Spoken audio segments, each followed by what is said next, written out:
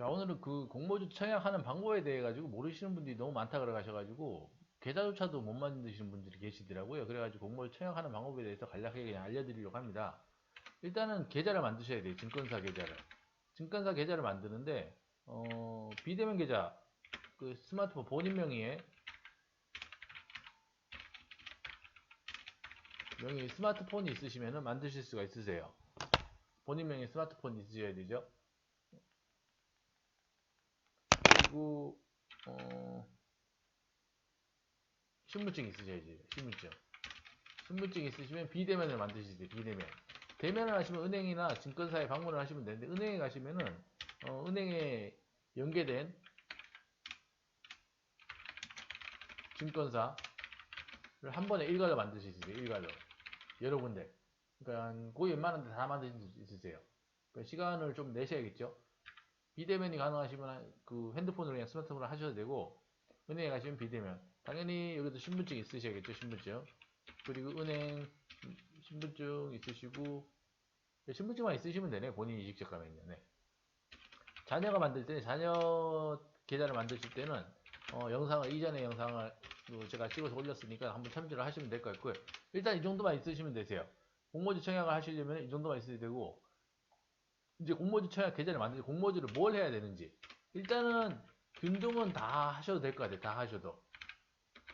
근데 무조건 다 하면 또 안 된다고 이렇게 다 했는데 왜 안 되냐 이렇게 얘기하시는 분들이 계시니까 다 하셔도 되는데, 단 경쟁률을 보고 하세요. 경쟁률을 보고. 이게 제일 간단하죠. 500대 1 넘는다. 그러면 하셔도 되세요.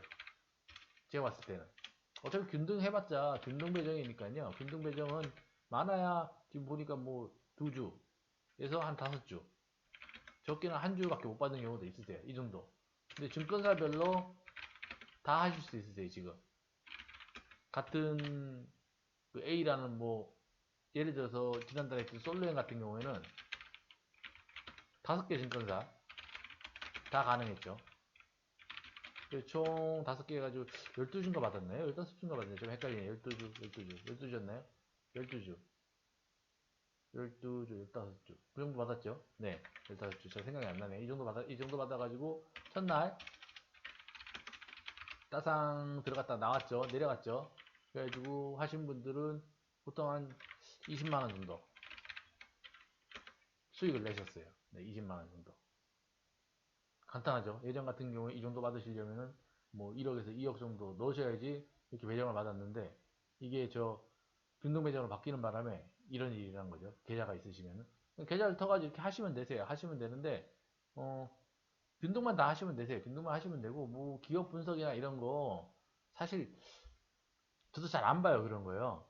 뭐 하는 회사인지 그냥 그거 그 정도만 보는 거지, 이 회사가 잘 되는 회사인지, 뭐 수익은 나는지, 뭐 그 정도도 가끔 보는 경우 있는데, 안 보고도 그냥 가는 경우가 많으세요. 왜 그러냐면은, 일단 상장을 한다는 거는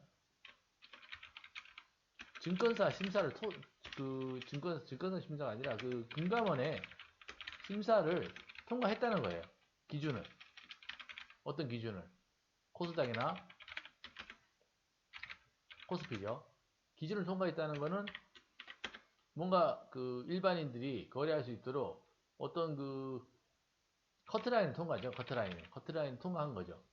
그렇기 때문에, 그리고 보통 이게 그 증권시장에 상장을 할 때는 디스카운트를 줘가지고 상장을 하거든요, 보통. 그러니까 그 가치가 한 4만원이다, 1만원이다, 그러면은 보통 한 70%, 마이너스 30% 정도 해가지고 70% 가격에 상장을 해요. 근데 그 증권사에서 좀 뻥튀기 하는 경우가 있어가지고, 보통 작년 같은 경우에, 2000년도 같은 경우에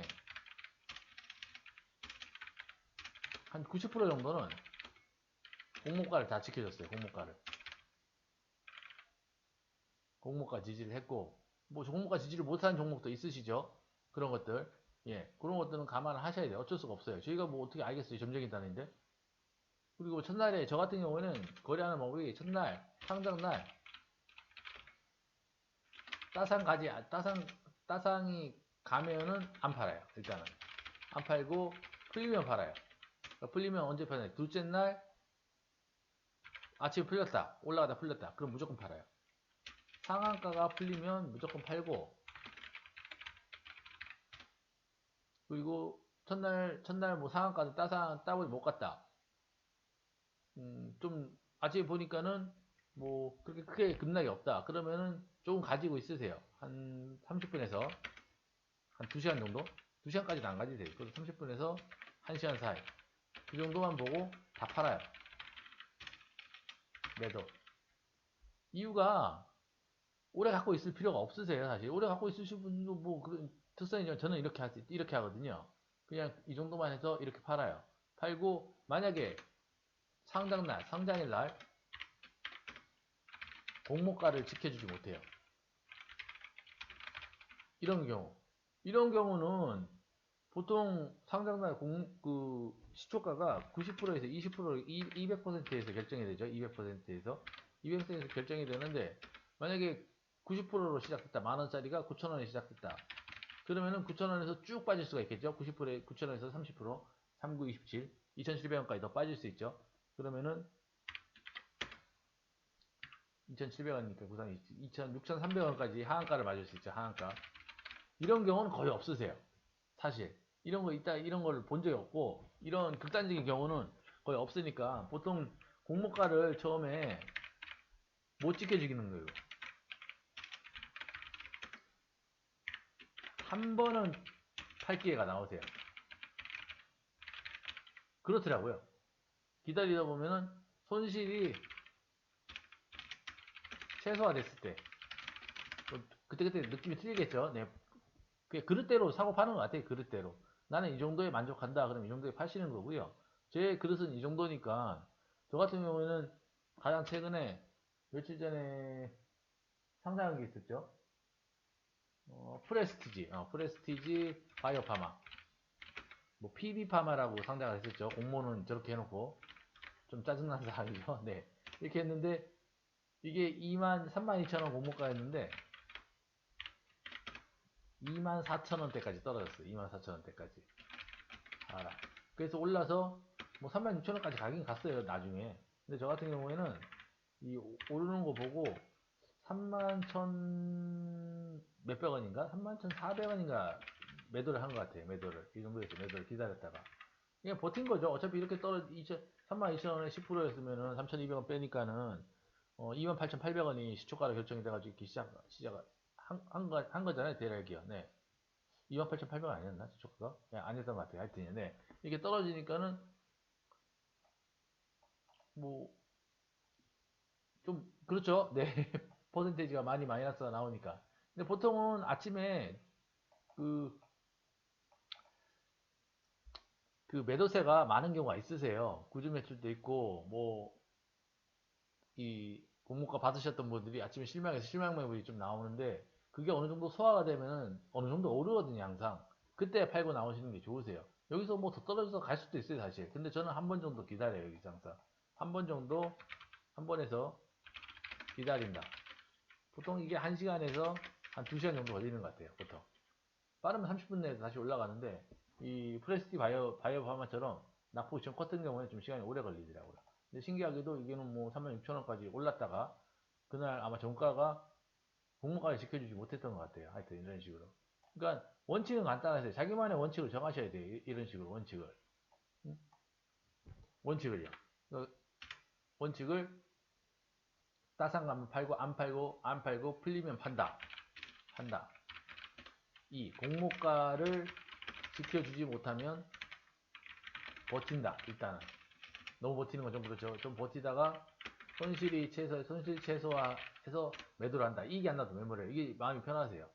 상장날 따상 가서 풀리고 들어갔다 이런 경우에도 그냥 풀리면은 어느 선에서 팔고 이익을 실현하고 나오시는 게 좋으세요. 저 같은 경우는 그렇게 하거든요. 그리고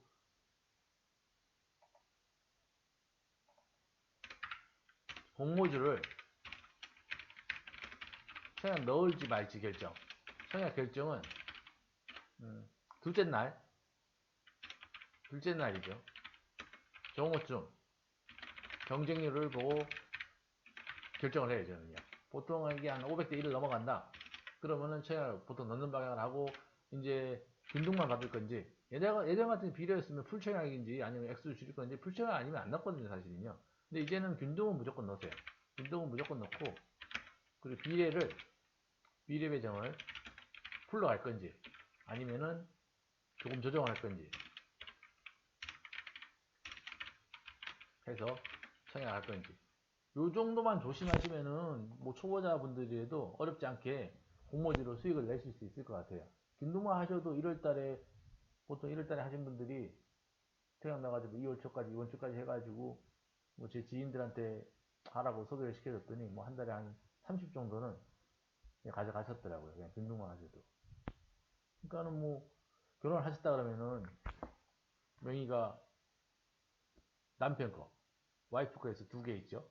그리고 뭐 자녀들 것까지 만들면 한 3, 4개 정도 청약 통장을 만드셔가지고 하시면은 뭐 한 달에 큰 돈 없이 목돈 없이 금융만 받으시면은 1월달 같은 경우에는 한 달에 한 100에서 100만원에서 대략 한 2, 30만원 정도 120만원 정도 수익이 생기신 거죠. 근데 조심하셔야 돼요. 사실 뭐 누가 주가를 받아주는 것도 아니고 버텨주는 것도 아니니까요. 결정은 자기가 하시는 거예요, 사실요. 근데 제가 봤을 때 당분간은 괜찮을 것 같아요. 그리고 3월 달에 SK 바이오 사이언스, 바이오팜 아시죠? 작년에 바이오 사이언스가 이번에 3월 달에 3일인가요? 2일인가요? 헷갈리네. 3월 초에 공모하니까 그 전에 연습해 보시고 청약을 좀 넣어보시는 게 좋을 것 같아요. 별로 어렵지 않으세요, 하여튼. 네. 영상이 마음에 드셨다면 구독과 좋아요, 알람까지 꼭 좀 부탁드리겠습니다. 감사합니다.